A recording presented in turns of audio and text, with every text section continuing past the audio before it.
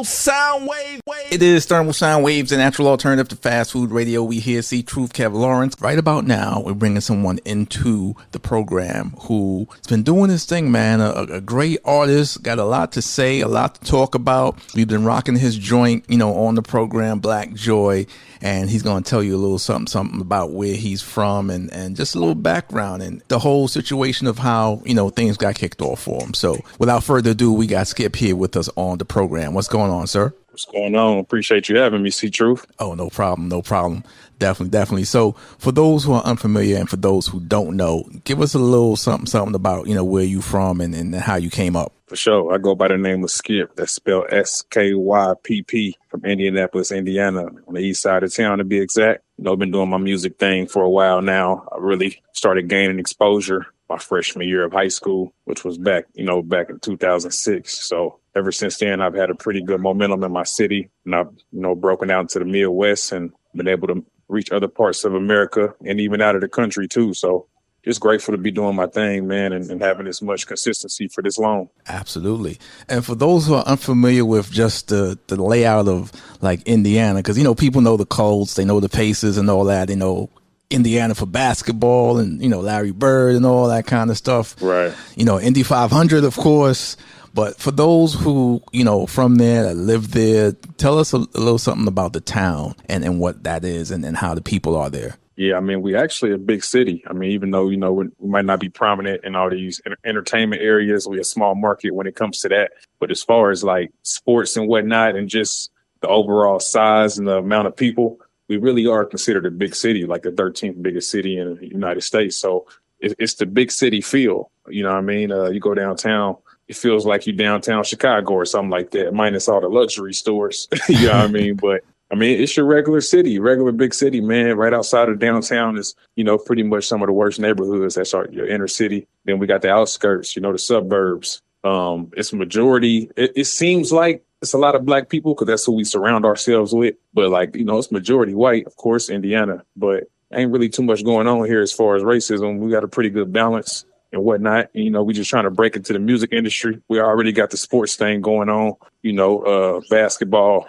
mainly being our most prominent thing in the state, period, if you ask me. For sure. But it's a big city vibe, man, for real. Exactly. Who are some prominent people that's coming out of Naptown as far as the entertainment goes? We know Mike Epps is from there. You got the Jacksons down the road from Gary. Yeah, you got Babyface. Shout out to Babyface. I didn't been able to do some work with Babyface as far as performances. You got people like Freddie Gibbs. Oh yeah, a new artist breaking out. Her name is Georgiana. She's from I think Michigan City. Wait. Freddie is from Naptown. Gary. You talking about Indianapolis in particular? Yeah, in particular. Oh, okay, I know Gary is down the road. You got. Well, I heard you say Jackson 5. That's why I thought you was talking about the whole Indiana, because Jackson 5 from Gary also. Yeah, they're from Gary. Yes, indeed. But yeah, we got Babyface. We got your Mike Epps. In the entertainment industry, called Vivica Fox. Right. In the entertainment industry, like I said, we ain't a really big market in that area for real. We got a few people here and there, but Jason Whitlock, he's a commentator for sports. Controversial. We ain't got nobody for real, but we got a lot of athletes. Right. But as far as entertainment, ain't really too many people that's been able to break up out of here, man, to be honest with you. Gotcha. It's Thermal Sound Waves, the natural alternative to fast food radio. We're here talking to Skypp, artist on the program right about now, talking about, his journey and some background on himself, of course. Sorry for My Trauma. Now, was that your first album, or was that, what album number was that? Oh, God, no. Yeah, man, I couldn't even tell you the number, man. I've been dropping albums for a long time. Sorry for My Trauma was my highest charting album. Gotcha. But that was 2023, man. I released my first album in like 2009 or something like that. So, okay. Yeah, I've been doing it a long time. But Sorry for My Trauma debuted at, I believe, number 6 on the iTunes charts, which was the highest I've been. I've been on the iTunes charts prior to that and after, but that was the highest charting I had done. So as far as just success, Sorry for My Trauma was one of my top 2 most successful albums. Gotcha. What were some of the things that you had to, overcome and get by to really get out there and to really, make your name and make your stamp, on the world coming out of Indianapolis? Just that small market vibe, man.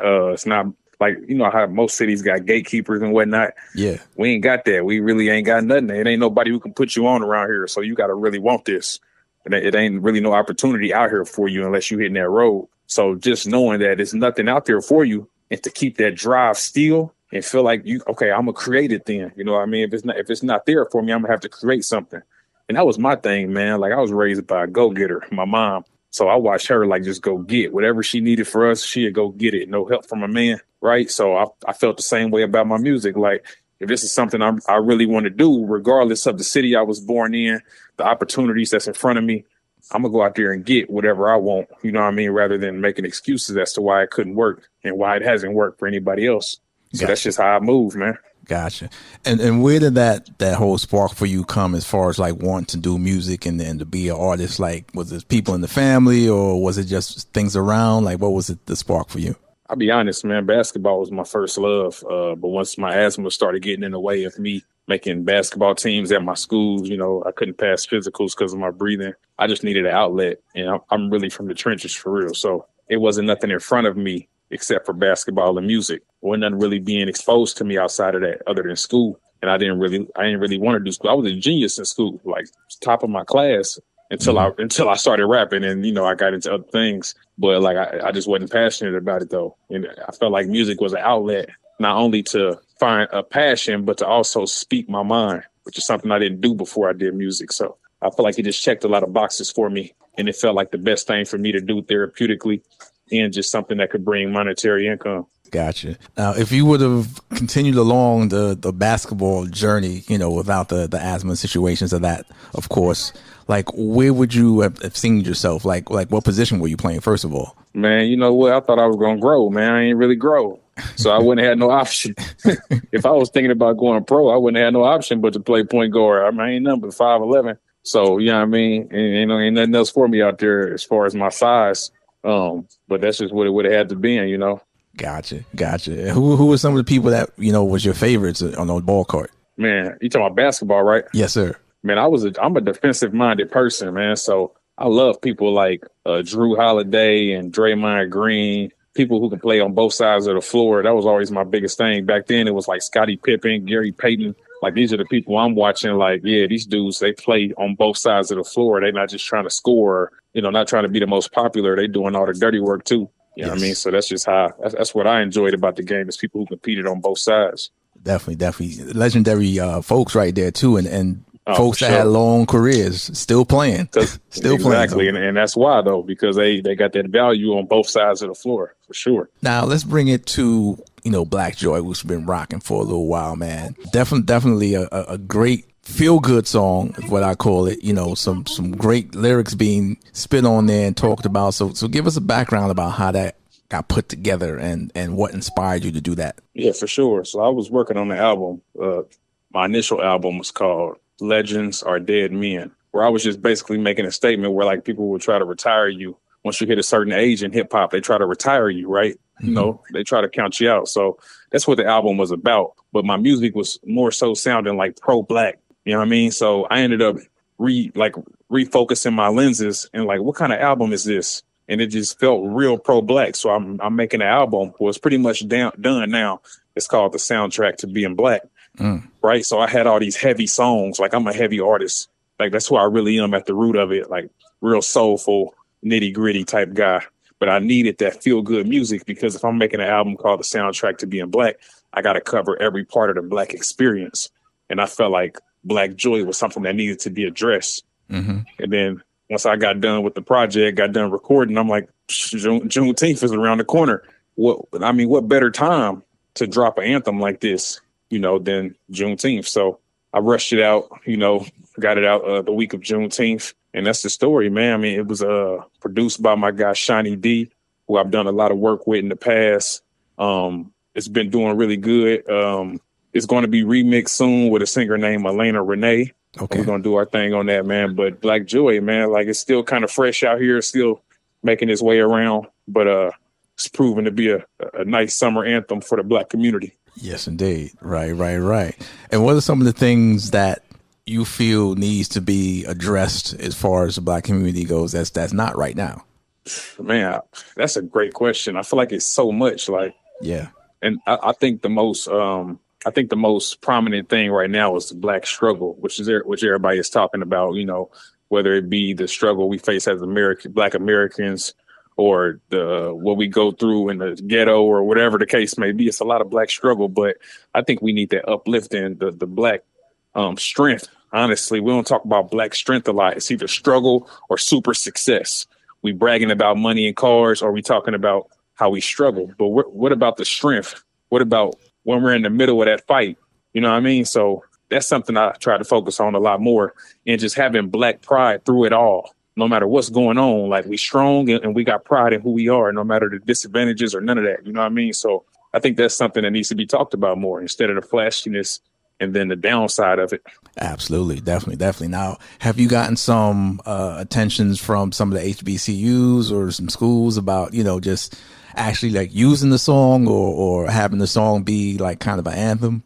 I have a DJ who is locked in with the HBCUs, and she's been making her rounds as far as reaching out to the different directors of music and whatnot, and just, introducing the song to them. I figure something like that is going to take time. So I'm in absolutely no rush with that, because the song is timeless. You know what I mean? So that is a goal of ours, is to reach the HBCUs and hopefully get the bands to play this. You know what I mean? So that's definitely on my goal list. For sure. It's Thermal Sound Waves, a national alternative to fast food radio. We hear C.Truth, Kev Lawrence, talking to artist Skypp here with us on the program. What are some of the other topics that you're touching upon on the latest album? Man, I'm getting the whole Black experience, man. So I got a song that's about the cookouts, which is more so, to get in more detail about that one, it's about enjoying each other outside of funerals. Like, let's hit each other up during the time other than us losing somebody. I feel like we do that a lot. Mm-hmm. I got songs about, sorry about that. I got songs about Black love. Obviously, you can't talk about the Black experience without talking about Black love. I got songs that's Black pride, Black struggle, Black success. You know what I mean? Just the all around Black experience, dealing with loss and a high volume of murders in our community. You know what I mean? Just getting to every part of it, for sure. Yes, indeed. What are some other things that you have interest in, outside of music and, outside of basketball, of course? Oh, that's a great question, man. My kid, man. So I'm a first-time parent. I became a parent at 33 years old. So I went pretty much half of my life without a child, and I had one at 33. So this is new to me. You know what I mean? My niece is only 4 or 5, so I'm not really used to having a child around me. So since I've had him, and just me being a genuine human being all around, like, I give him everything. You know what I mean? This album would have been out if he wasn't, my priority. Yes. Would have been out probably a year ago. So that's my biggest passion right now, is just raising a good human being and just being what my father wasn't in every aspect. You know what I mean? That's probably my biggest thing right now, is being a good husband and being a good father. Right. That took over my entire life. Yes, indeed. Well, congratulations on that. And what are some of the things that your son has taught you, in this short period of time? Number one is patience, man, for sure. And what's crazy is my son taught me what unconditional love looks like. I went through my life thinking I was being loved by people, but I learned their love is conditional. And to see a person who gonna love me no matter what, and who feel like I'm their everything, you know what I mean? And they need me no matter what. That's different. You know what I mean? Women pick up and leave if they don't like something or if they don't agree with something. Mm-hmm. That's conditional love. Right. But this kid right here, he's like, I ain't going nowhere, daddy. Like, I'm here. You got to deal with it. You know what I mean? I don't care what you do, how you do it. I'm here. Right. And it's the same when you hear him back there, and it's the same with me. Yeah. You know what I mean? I'm going to be right here with him. It's true unconditional love. What is some of the things, or the thing that you want people to remember you by or know Skypp as an artist as? Man, just being that voice that always try to tell you the right thing, always try to motivate you to do you, not follow trends, not follow people, but just be you, genuinely in your skin. In this world where people do what everybody else does, I'm the one artist who's going to do the complete opposite. And not just because I want to be different, but because that's not how I'm cut. I'm not cut to sound like you. I'm not cut to dress like you. I'm me. And what you hear from me and what you see from me is just genuinely what I enjoy and what I envision myself being outside of all the society norms and all that. No doubt. Definitely. Well, listen, I'm not going to hold you up much longer, man. I know you got some things to handle and all that, but I appreciate you taking time out to come on the program and join us and talk about your journey. Skypp here with us on the program. Tell everybody where they can get the music, the social medias, the websites, and any other things that they could do or find you at to contact with you. Okay, my absolute pleasure being here, and I appreciate you having me, man. But you can find me anywhere, SKYPP. Pretty sure I'm the only SKYPP in the entertainment industry, so I'm not hard to find. SKYPP317 on Instagram, TikTok, all the social medias. If you're looking for me on the DSPs, Apple Music, YouTube Music, Spotify, whatever you listen to music, title, SKYPP. Pretty sure I'm the only one that's going to pop up for you. So I'm pretty easy to find. No question, no doubt, man. Well, listen, keep doing what you're doing, continue success. And definitely keep sending us those hits, man, and let us know what's going on with you as far as all that goes. Sure, C.Truth. I appreciate you. Absolutely, no doubt, man. Skypp, ladies and gentlemen, make sure you'll connect with him, man. It's Thermal Sound Waves, a natural alternative. We got more show on the way. Keep it locked to right where it is. Thermal Sound Wave.